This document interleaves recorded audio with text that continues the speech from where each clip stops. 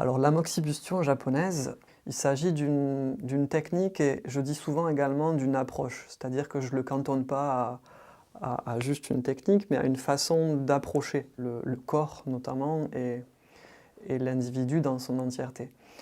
Donc l'amoxibustion japonaise, ça consiste concrètement à venir chauffer à l'aide d'une plante qui s'appelle l'armoise des zones du corps ou des points d'acupuncture.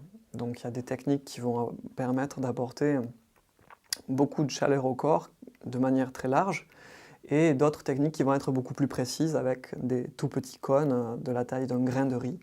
Donc c'est voilà, extrêmement petit, extrêmement subtil et précis.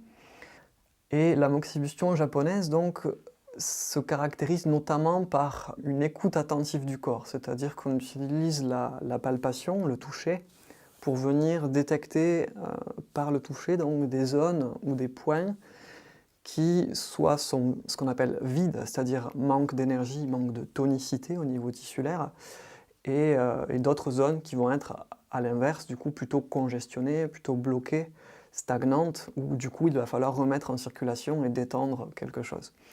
Donc il y a en premier lieu cette écoute attentive du corps avec la main, et donc dans l'amoxibustion japonaise, on parle d'écouter la voix du corps. Ça, c'est la première phase au niveau d'une séance, finalement, après un échange avec la personne pour déterminer si en ce moment il y a des douleurs, des symptômes qui sont un peu invalidants.